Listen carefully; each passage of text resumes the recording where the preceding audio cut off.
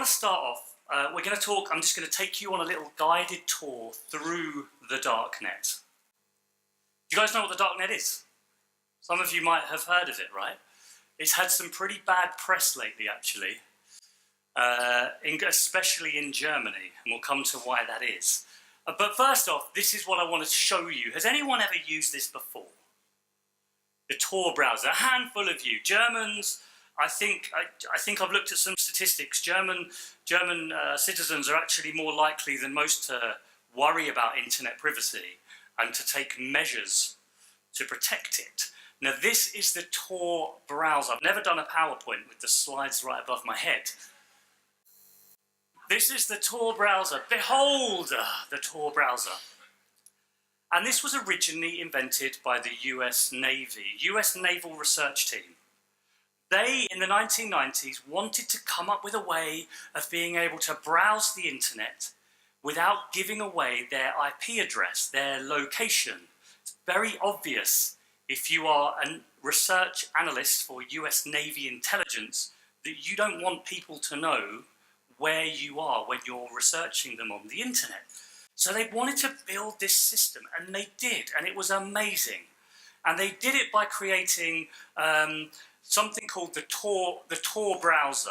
It stands for the Onion Router.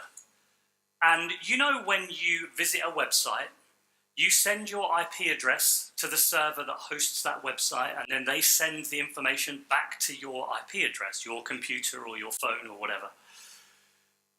This leaves a trace. So they created a system by which you could encrypt your original IP address in several layers of encryption and then send it around the world to different computers that had downloaded this software, decrypting that encryption as it went. And so by the time it got to a website, the person that ran the website does not know where you are. It doesn't know what your original IP address is. If that makes sense to you, you've got it.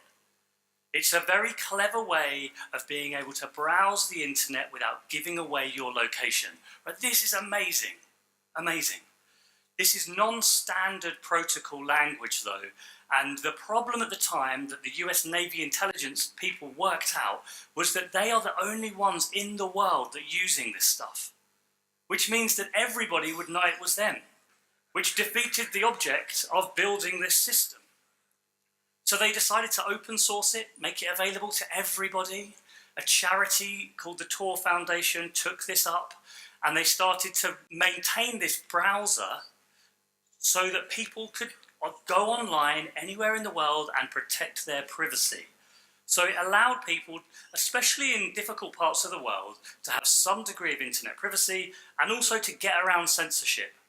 Because you know, when you're routing that traffic using this Tor browser around these computers around the world, you can get around, sometimes when a country has these big censorship blocks, you can get around that using this browser. So this is amazing, right? And it got picked up by journalists, human rights activists who loved this software. And most people use it to go on the normal internet. There's something like 3 or 4 million daily users of this. You can download it now, there's nothing illegal about it, and you can use it to go on the normal internet. The difference is it's a little bit slower and it protects your IP address. But it's also your way onto the darknet. And the darknet is a network of about 30,000 sites that uses the same protocol as this browser, which means that you can only access the sites using this browser, and you cannot find the servers on which the websites are located, which means it's very difficult to censor or control. That is the darknet. And naturally enough, this darknet, and by the way, the URLs are just a string of numbers and letters, and they finish in .onion, and you can't remember what they are. The darknet became very quickly, from about 2010, 2011 onwards, a very natural place for people who had something to hide or wanted to stay private. It became a very natural place for them to go. And so you started to see all sorts of different things turning up on this darknet, including perfectly legitimate and legal stuff. So this is the New Yorker has a Dropbox for journalists who want to share information securely. I'm coming back to the New Yorker again. I seem to have an obsession with the New Yorker. The entire WikiLeaks cache, all of the WikiLeaks files, whatever you think about WikiLeaks, all of the WikiLeaks cache is available on the darknet. You will also find, if you don't want to buy my book, you can just download a free copy on one of the many piracy sites that are available there. We are going to come on to the illegal marketplaces in a second, but increasingly commercially available hacking services. So imagine a decade ago, if you wanted to be a computer hacker, you needed to know something about computers. You needed to know about networks, or you needed to know about programming languages. Not anymore. You can just pay somebody to hack something for you. So there's this democratization of computer hacking. You just pay somebody, or you download a bit of software. Anybody here could be a computer hacker now, very easily indeed. And very recently, I just took a look the other day. Did you see that Stormfront, Daily Stormer, a neo-Nazi site from the US, was removed from the internet? All of the internet providers said, we're getting rid of this neo-Nazi stuff after some of those demonstrations that they were having. But it just reappeared on the darknet very, very quickly. Punished Stormer, a website denied its domain name.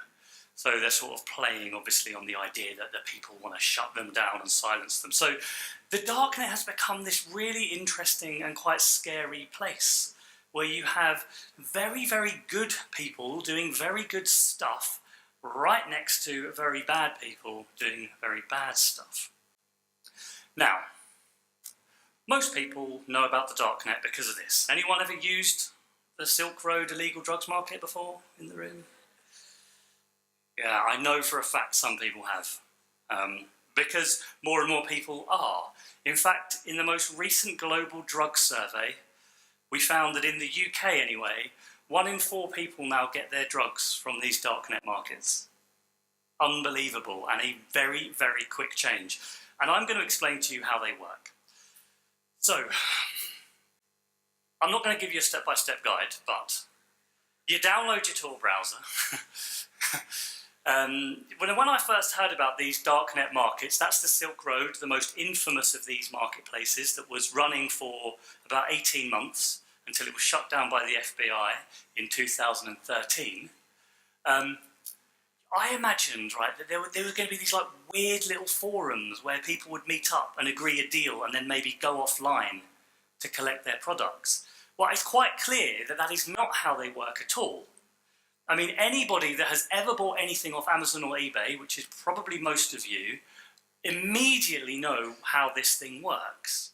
Which is to say that you sign on, you search through hundreds of different products from hundreds of different vendors. You check the product description. You look at the price. It's up there in Bitcoin. And I don't know if you can see this. This is my favorite button of all. Let's see if this little laser thing works. See that button there? That says report this item. Not to the police, obviously, but to the site administrator. So if you think that you've bought this and it doesn't look like this, or the description isn't very good, you can report it to the site administrator, who will investigate the vendor for you. Now, all the trappings are the same. The prices, you've got a little basket up there as well. I mean, everything is as you expect. So what people do is they download their browser, they search the site, they make a decision, they pay in the cryptocurrency Bitcoin, and they put an address in, and a Bitcoin is like a pseudonymous cache that allows you to transfer Bitcoin to each other very, very easily with a high degree of privacy. And you then put an address in, and you wait for the products to turn up at your house. I mean, most people don't put their home address, because that would be stupid. They put a drop address, which is an address to which they have access, but they don't use their real names usually. Yeah, and unbelievably, because this looks so familiar, there have been cases of people phoning the police to complain that their products haven't arrived in the post because it feels so ordinary, so natural. Now, what has happened with these darknet markets and why they have become so popular is exactly as you would expect. Now, after everybody buys anything from this site, they go back on there and they write a user review. So they give the product a score out of 5 and they write a detailed bit of review. Oh, the product was very well hidden in the package, the vendor was very polite, it was very strong, or it was whatever. And that has introduced into these marketplaces the kind of competition and choice dynamic that an economist would recognise. And what an economist would predict is that, of course, the price starts going down and the quality starts going up because vendors are competing with each other for your money. And that is exactly what has happened on these markets.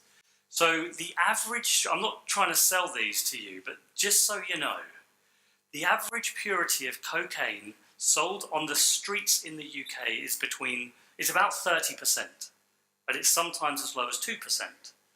The average purity of cocaine sold on these sites is 70%, and it's sometimes as high as 90% for the same price.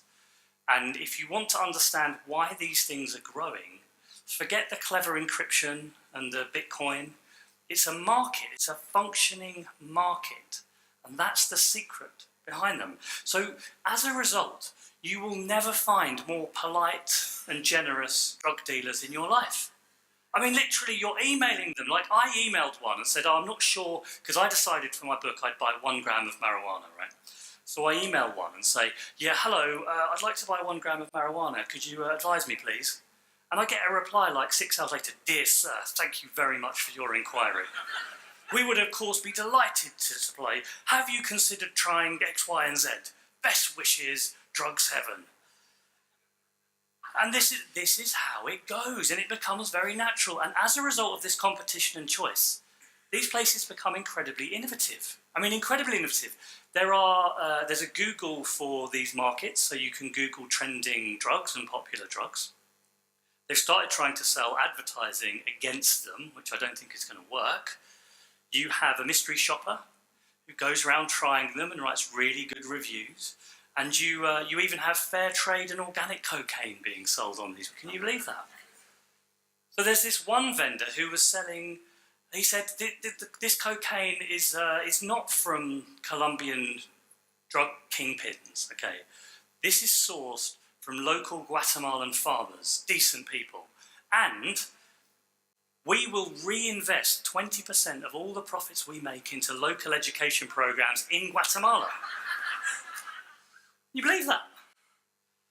So this is the logic of these markets, and people haven't really understood that. They still think about it as being some kind of magic of encryption, but it's not. I mean, they have all of that stuff too, but the real genius is the introduction of competition and choice. And so as a result of that, this site, the Silk Road, which yes was shut down after 18 months, managed to sell in excess of, or managed to trade in excess of $1 billion worth of Bitcoin over the 18 months that it was running. And incredible. Now, every single time the authorities try to shut one of these sites down, and they have several successes, they reappear. And they reappear having figured out what they did wrong last time. So back in 2012-13, the Silk Road was really one of only 2 or 3 sites. There's now around 30 sites in operation, all doing the same stuff as this. And it's not only drugs that are being sold here. While I was researching this book, the #1 selling item was not cocaine or marijuana, it was fake Tesco £20 vouchers that were being sold for £8 each. So there's all sorts of different things being bought and sold. Now, to give you one example of how they learn, and they always learn and they always get smarter. One of the problems was that, of course, if you send money in the form of Bitcoin to a dealer, they might run off with your money, and you don't really have much recourse. You can write a bad review, but that might not be enough. So the marketplace got together and worked out a solution to this, which was called multi-signature escrow, which means that 3 people are involved in a transaction: the buyer, the seller, and the vendor. When you make your order, you put your money into an escrow account. The vendor sees that it's in there but can't access it yet, so he or she is confident to send your product.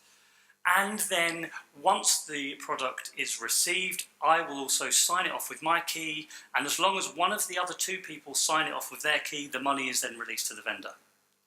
Really simple, but it really works for these places. And there's dozens of examples like it. Now, this all has created a big moral problem, I think, because on the one hand, this makes drugs more predictable in purity.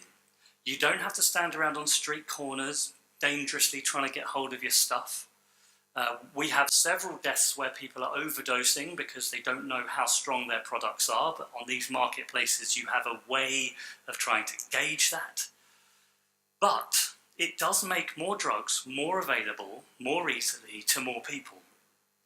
And that means more people are going to start taking them, including very strong drugs, psychedelics, heroin, and whatever else, because all of these things are also available there. It's okay to talk about marijuana, but of course there's many other types of drugs, and they're more readily available now too. What's more, it's creating new types of drug dealers, people who simply understand this technology, who can then buy loads of drugs in through these markets and sell them on the street. So we are creating all sorts of new challenges now in the drugs industry, and it's not going to go away. Now, it's not only drugs that... Here's a couple of other examples that came up after the Silk Road was taken down. Now, the problem is, of course, it's not only drugs that are being sold there. And actually, in Germany, you had one of... I think it was it 6 months or a year ago, where a guy bought a gun or parts for a gun from one of these marketplaces. So the problem with these markets is it's one thing talking about drugs, and you could make a moral case for that, but there are many more things being sold on them, including guns, ammunition, counterfeit money, counterfeit passports, and I don't think there's actually any way of stopping them. I don't think we can shut them down. Now, one of the things that increasingly, in the last 6 months especially, I have seen, and that was not really there when I started writing the book, is stolen data. Stolen data has become one of the biggest trades on the darknet. And there are thousands and thousands of vendors selling stolen data, your stolen data, Visa card numbers, social security numbers, health records, voting data. I mean, anytime you hear about a major hack of any big company, it appears up here very quickly as a product for sale on the darknet. And this is becoming a massive problem. Credit cards, of course, you can expect. They are always there. They're always going to be sold. But there's interesting new cases. So a little while ago, it wasn't Vodafone, it was TalkTalk, one of our communications companies, had 200,000 records stolen, people's phone numbers, bank details, email addresses, and within a very short space of time indeed, they appeared up here being sold $2.75 per record that people would then try to use for various forms of identity theft. And there's more. So about a year ago, I noticed this. O2, one of the very, very large telecommunications companies, someone was selling O2 data. My O2 is basically your account for your O2 phone. And they were selling the password and username combinations with phone numbers and email addresses and dates of birth. There you go, you see, buy 5, get 2 free. Just typical of the darknet, special offer. And we phoned up O2, because I bought some. I bought a load of these and then phoned people up and said, is your date of birth, yes it is. Is your password, yes it is. And I said, well, your data is being sold on the darknet. You need to change your password. So we got in touch with O2 and said, we think you've had some kind of massive data breach because they're selling data from O2 that's legit on the darknet for $4.50 each. And they did this big test and they said that we have had no data stolen. And I was thinking, yeah, because O2 has amazing security, so it probably would be hard to steal this stuff. And we later found out what had happened. About 6 months before this, a gaming site had been hacked, and 500,000 username and passwords were stolen from that gaming site. Now, everybody uses the same username and password, right? Be honest. How many username password combinations do you have? 2 or 3? Because we can't remember all of these different ones constantly. It's impossible. So most people reuse them. So they stole 500,000 and then they tried every combination on Amazon, on eBay, on O2, on Vodafone, on Facebook, anywhere they could. And they found thousands and thousands of matches. They found thousands of matches on O2, they packaged them up separately and then resold them as stolen O2 data. I hope you're going to check your passwords later, because this is called credential stuffing, and it is very, very common, and the danger is that you think, my data's safe with O2, my data's safe with Amazon, it's fine. But the problem is not that. If you've reused passwords, your data is now with some crap website that you signed up to 10 minutes ago because you couldn't be bothered and you needed to put your details in. And if that one gets hacked into, then your Amazon's getting hacked into as well. And this market is booming. So you need to make sure that you are aware of that. Now, the authorities have started to try to crack down on this. And fairly recently, there was a bit of a breakthrough. A couple of big darknet markets were shut down by the authorities. The Dutch police, I think the German police were probably involved in it too, and Europol, and they scared the living daylights out of everybody that was on these sites. So, there are ways of trying to police this. You can't have a technical solution, because I don't think you can shut them down, but you can sometimes infiltrate them, and this is what the authorities are trying now to do. They're pretending to be vendors. They're setting up their own sites. If I was a police person, what I would do is I'd mess around with that user review system, because that is the way that the whole thing really works. But we are getting some breakthroughs from law authority who are using good old-fashioned policing techniques, infiltrating these sites, pretending to be dealers, and they're getting some breakthroughs. So this is brilliant. A couple of months ago, excellent. They shut down 2 big sites. But I went back on there and there's loads more again. You can't shut these things down. And this one is particularly terrifying. This is a kind of niche market, and we're seeing more of these where you can buy government secrets. Terrifying stuff. So the market's evolving, the market's improving, the market is growing, and this was from just a few days ago. Went back on there, had another look, and I'm sick of the darknet, right? I don't like going on there anymore. But every now and again I go back and take a little look. And again, driver's licenses, all the same stuff as usual. Here we go. And a lot of it, you know, I said earlier on about how what this is doing is democratizing the ability to be a computer hacker. One of the things that they sell now, much more of than in the past, is basically like user guides. So if you steal some stolen credit cards from a darknet vendor, or buy some stolen credit cards from a darknet vendor, you need to know which websites you could go to use it without getting caught, right? So they sell special guides to show you the best 100 sites where you can card, i.e. where you can use your fake credit card.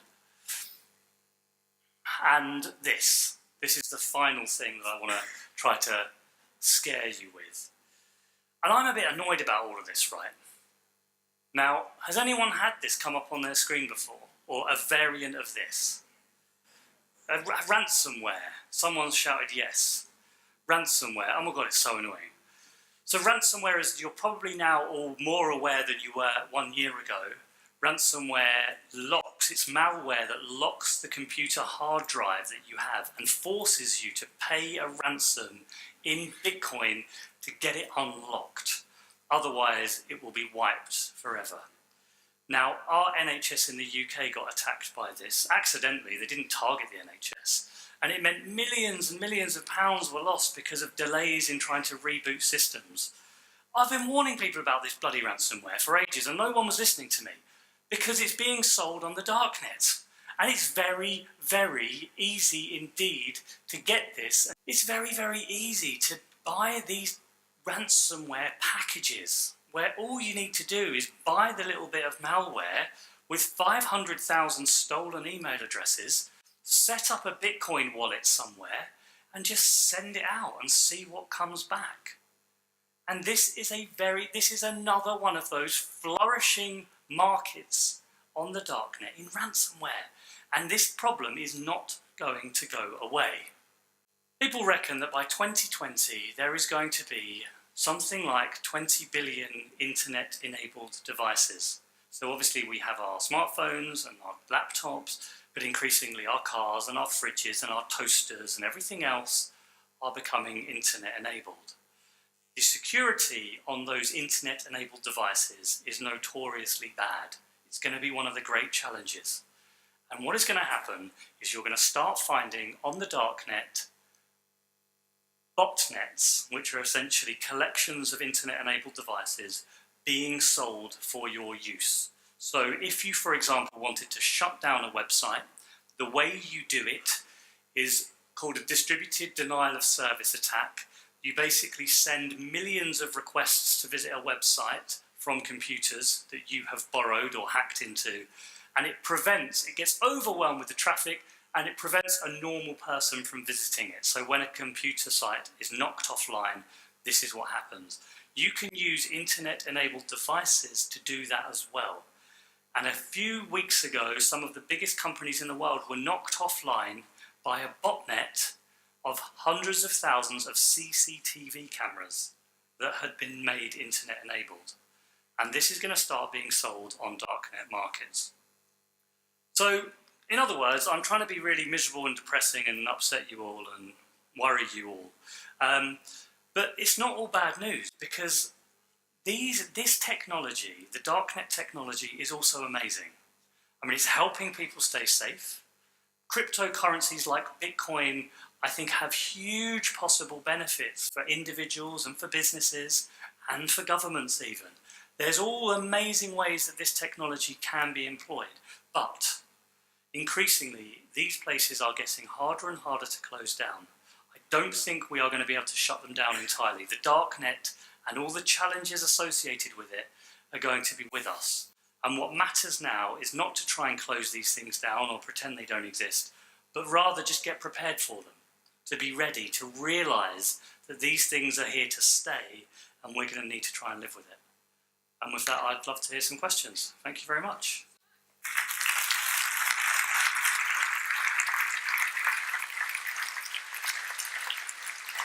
Now we have 15 minutes for questions. I would love the audience to get involved. So I'll do the first two, and then you come up with your questions. I'll come to you and give you the microphone. I was wondering, those people that have discovered all these new ways of making money on these dark nets, are they from specific regions, or are they everywhere? I mean, at the time there were a lot of Russians on there, I know, but could you find out who is behind all these services? Well, the one thing that you can't know is where the darknet sites are based. It's impossible.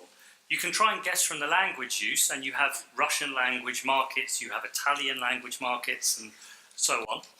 But you can see who is downloading Tor browsers. Okay.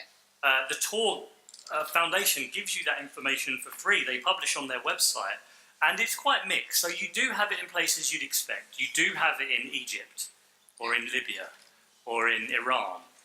But also you have a lot in developed countries who are using it for a lot, mostly for these drugs markets.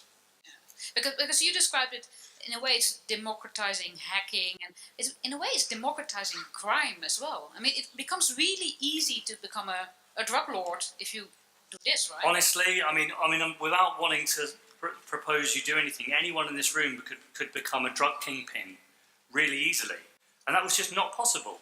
And when I was 10 years old, right, 11 years old, I used to go into one of our shops called Woolworths that had these free little pick-a-mix sweets. So you used to get little sweets and you had to pay for them at the end, but we didn't pay for them, we just stole them and ate them. And that was the kind of extent of my criminal... Crime. Well, Woolworths shut down soon after that, so I always felt quite bad. But now it's possible when you're young, when you're 13, 14, making some pretty stupid decisions, you can actually just go and buy stolen credit cards. And I've heard stories of teenagers who think this is really funny. Oh, I just go and buy some credit cards. It's brilliant. Yeah, I'm just going there. It's not even stealing. It's just, I'll get some credit cards. Just and I'll playing buy... around the computer. Exactly, and there's a real risk that people commit incredibly serious crimes without understanding really what they're doing. And that's especially true when teachers, in my experience, have absolutely no idea about any of this, and most parents don't either, because they don't really want to kind of look too deeply into it. And that is such a big problem. Parents and teachers have a responsibility to understand all of this. To teach their kids this is actually crime. It's not to play. Questions from the audience. I'm going to walk over here because otherwise I don't see. Who's got a question?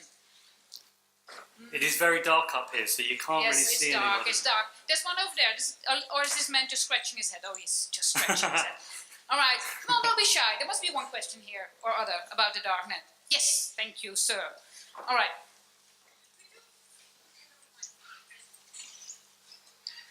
Yes, hello.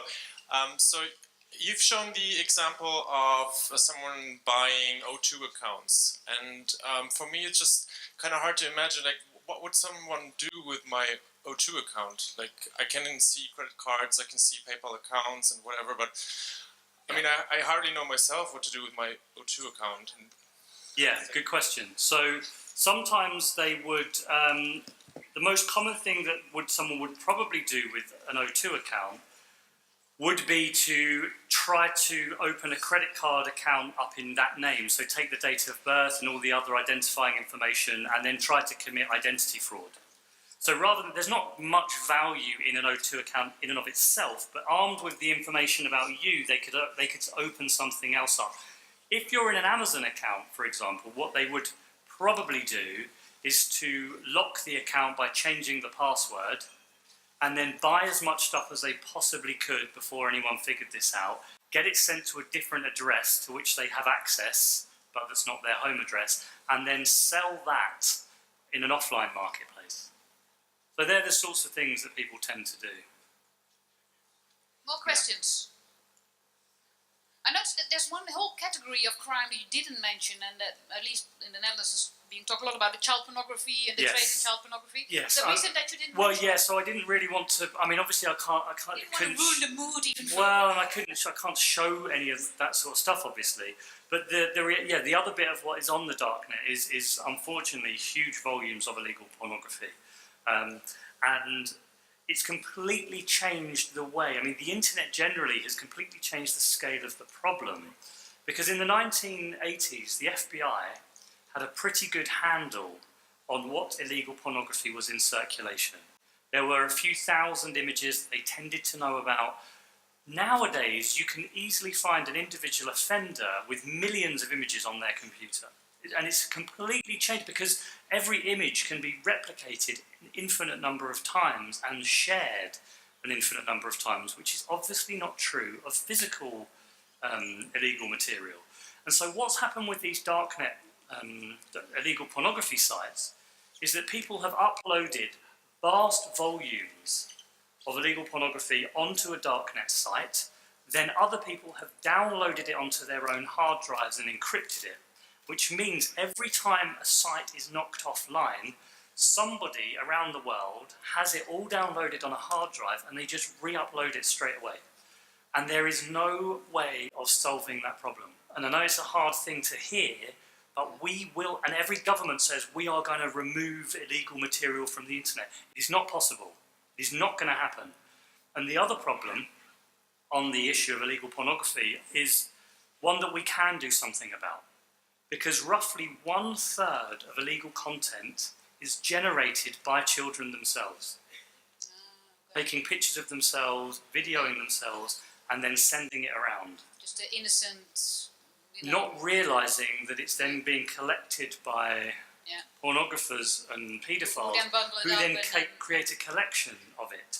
And we desperately need some way of teaching people about the risk. I mean, one of the reasons I wrote this whole book was to try to warn people about some of the risks of this kind of thing. We can do something about that. Yeah. And you know what? I feel really sorry for kids that are 15 or 16. Because it was hard enough when I was 15 or 16. You can't be foolish. It will haunt Yeah, I you the did rest so of your many life. stupid things. I am so grateful I didn't have a smartphone. I know. Because I know. it would be so much more difficult. And you'd Yeah. make a stupid mistake that you would never be able to recover from. And that's the difference. You get naked, drunk, vomit, whatever. I mean, you can be embarrassed for the rest of your life. About the pornography market, is the same sort of market function going on there with the quality control and the trustworthiness No, of the buyer? no, it's different. completely No, it's different. Okay. I'd say it's probably more like YouTube in the sense that people share the material. They will. They have They're collections. trading though, right? It's a business. There's money being So there's exchanged. two different bits. So there's bits of it that's a business, and it's horrible to talk about. But people have collections and sort of rare material that they will sell. And but in other places it's more like YouTube, where people just upload content in some kind of like horrible charitable community-driven gesture. Yeah. And so it does work in sort of, there is both a business and a sort of charitable wing of it. And it's obviously a horrible thing to talk about, but it is quite important that we understand how it works. Yeah. Because we need to, if we're going to try and at least do something to limit the damage that it does. I'm trying to. Yes, there's a question over here. Please. Oh, yeah, there's a mic coming. How many such browsers are there? Is Tor the only one, and how would I recognize that it's on one of my kids' phone? Yeah, right. That's a good question. Yeah, Very I mean, practical question. yeah. So to me, so Tor is by far the most popular. There are other types of networks where you can, that are kind of intranets, that are hidden networks, but Tor's the only one where you can use both the normal internet and the darknet, which is why it's the most popular by far. To be honest, there aren't really any others like it.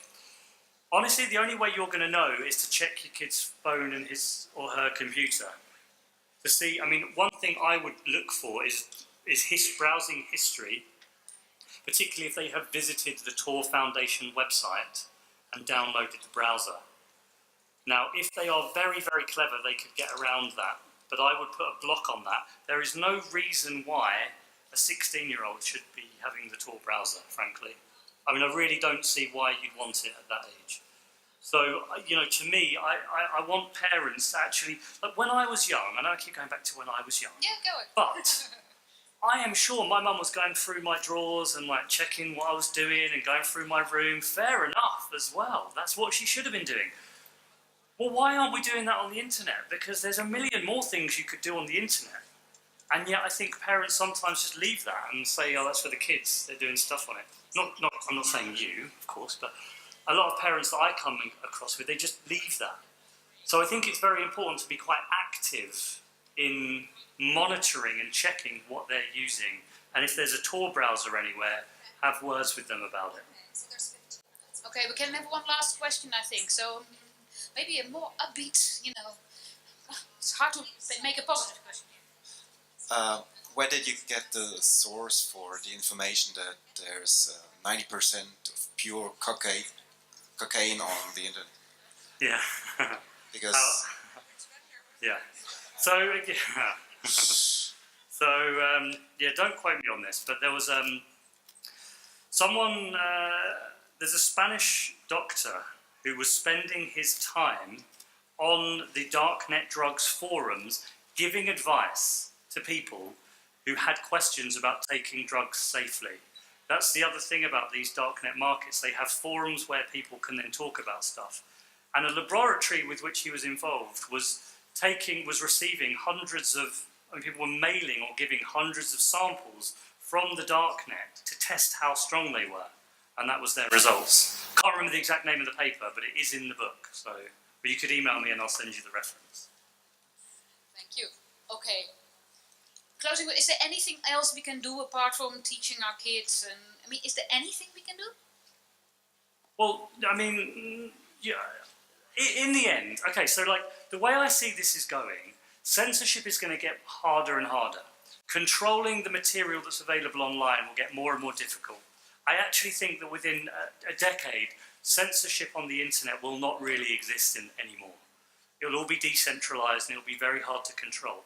And that means more and more important is that people are able to make good moral judgments of their own, critically assess information, make decisions about why they would use the Tor browser.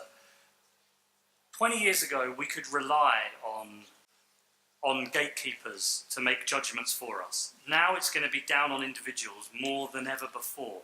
The best chance we've got in that sense is, I know it's cliche, but it is to teach people to be critical thinkers of their own, to understand the risks and responsibilities of internet life. And I'm sorry, I can't speak for the German national curriculum, but the UK national curriculum is very, very bad indeed when it comes to this. It teaches information technology, right? And that's about how do you use Microsoft, how do you do a spreadsheet, and it has barely anything on media literacy, on responsibility, on publishing responsibility, on how to use the internet safely.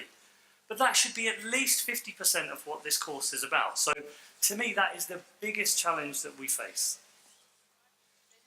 Let's all raise good people. Thank you very much, Jamie Bartlett.